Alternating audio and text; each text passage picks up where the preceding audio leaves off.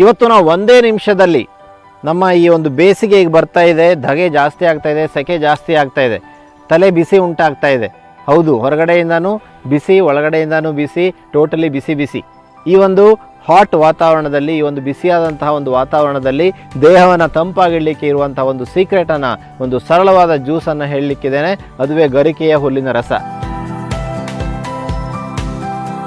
ಹೌದು, ಗರಿಕೆಯ ಹುಲ್ಲಿನ ರಸಕ್ಕೆ ವಿಶೇಷವಾದ ಗುಣವಿದೆ, ಅದರಲ್ಲೂ ತಂಪು ಮಾಡುವಂಥ ಗುಣ ಇದೆ.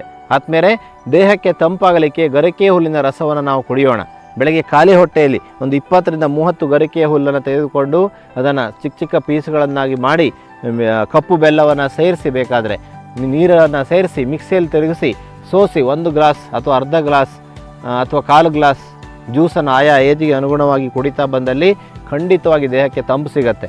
ಇನ್ನೂ ತಂಪಾಗಬೇಕು ಅಂದರೆ ತಾವೇನು ಮಾಡ್ಬೋದು ಅಂದರೆ ಅದಕ್ಕೆ ಸ್ವಲ್ಪ ಶ್ರೀಗಂಧವನ್ನು ತೆಗೆದು ಅದೊಂದು ಅರ್ಧ ಚಮಚವನ್ನು ಸೇರಿಸಿ ಕುಡಿಯೋದ್ರಿಂದ ಇನ್ನೂ ದೇಹಕ್ಕೆ ತಂಪಾಗುತ್ತೆ. ತಲೆಯಲ್ಲಿ, ನೆತ್ತಿಯಲ್ಲಿ ಕೆಲವು ಉರಿ ಆಗ್ತಾ ಇರುತ್ತೆ, ದೇಹದಲ್ಲಿ ಉರಿ ಆಗ್ತಾ ಇರುತ್ತೆ. ಆ ಉರಿಯೆಲ್ಲ ಕಡಿಮೆ ಆಗುತ್ತೆ, ದೇಹಕ್ಕೆ ತಂಪಾಗಿ. ಕೆಲವು ಔಷಧಗಳನ್ನು ತೆಗೆದುಕೊಂಡಾಗ ಕೆಲವರಿಗೆ ದೇಹಕ್ಕೆ ಉರಿ ಆಗುತ್ತೆ, ಹೀಟ್ ಆಗುತ್ತೆ. ಆ ಹೀಟನ್ನು ಕಡಿಮೆ ಮಾಡಲಿಕ್ಕೆ ಗರಿಕೆ ಹುಲ್ಲಿನ ರಸ ಸಂಜೀವಿನಿ ಅನ್ನುವಂತಹ ಮಾತನ್ನು ಹೇಳ್ತಾ, ರಕ್ತಹೀನತೆಯನ್ನು ಕಡಿಮೆ ಮಾಡಲಿಕ್ಕೂ ಕೂಡ ಈ ಗರಿಕೆ ಹುಲ್ಲಿನ ರಸ ಬಹಳ ಒಳ್ಳೆಯದು. ಸೊ ಇದನ್ನು ನಾವು ಕುಡಿಯೋಣ.